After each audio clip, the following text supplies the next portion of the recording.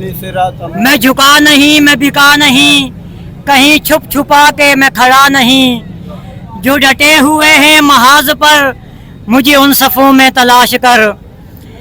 भाई हम तो हुकूमत के खिलाफ भी सर उठाकर बोलेंगे, चाहे वो वक्त के वजीर आज़म हूँ, चाहे वो वजीर आला हूँ।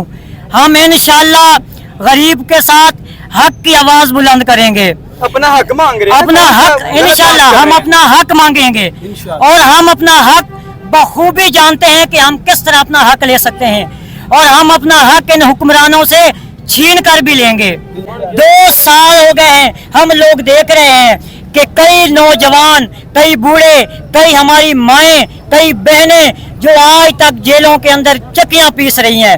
हमने परसों की एक वीडियो देखी, हालांकि मरियम नवाज साहिबा कहती हैं कि माएँ सबकी साझी होती हैं। ओ भाई इधर भी ख्याल कर लो। परसों हमने देखा एक 80 साल की बूढ़ी औरत है, सियालकोट की है, उसको पुलिस वाले, लेडीज भी नहीं है, पुलिस वाले उसको घसीट कर पुलिस वैन में बिठा रहे हैं। ये कौन सा इंसाफ है? ये किस मुल्क, कौन सा मुल्क है जो ला इलाहा इल्लल्लाह मुहम्मदुर रसूलुल्लाह सल्लल्लाहु अलैहि वसल्लम के नाम पे बना था? आज उसके अंदर माँ बहनों की इज्जतें पामाल की जा रही हैं। कहाँ है हमारे हुक्मरान? कहाँ वो सो रहे हैं? वो जो कहते थे कि हम इक़्तिदार में आएंगे, हम ये कर देंगे, हम वो कर देंगे। भाई वो हुक्मरान तो इक़्तिदार में आए, लेकिन उन्होंने तो अवाम से चुन चुन कर बदले लिए।